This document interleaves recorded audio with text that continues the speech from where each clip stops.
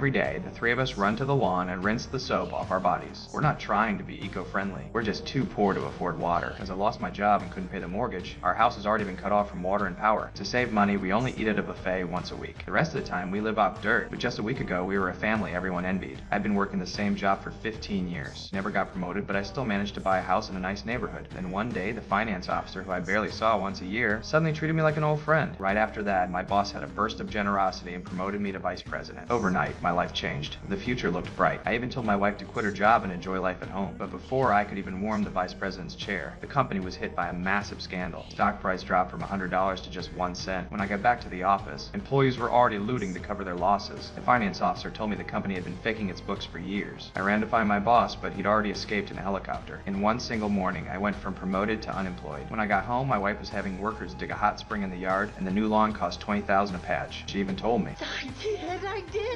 Oh my gosh, that's incredible! The timing of it was just beautiful, Dick. Oh. But the next morning, the company's scandal hit the news headlines. Every employee was fired, and the boss had already bought a villa overseas. And that's when I realized I was just a scapegoat. Worse yet, our entire retirement fund was in company stocks. Everything in the house was bought on credit. Right after the bank called to collect, our power was shut off. I tried everything I could to find another job. I hoped to become a vice president somewhere else, but at 40, no one even wanted to hire me for an entry-level job. When the foreclosure notice was pinned to the door, I knew this time I had no choice but to take a risk.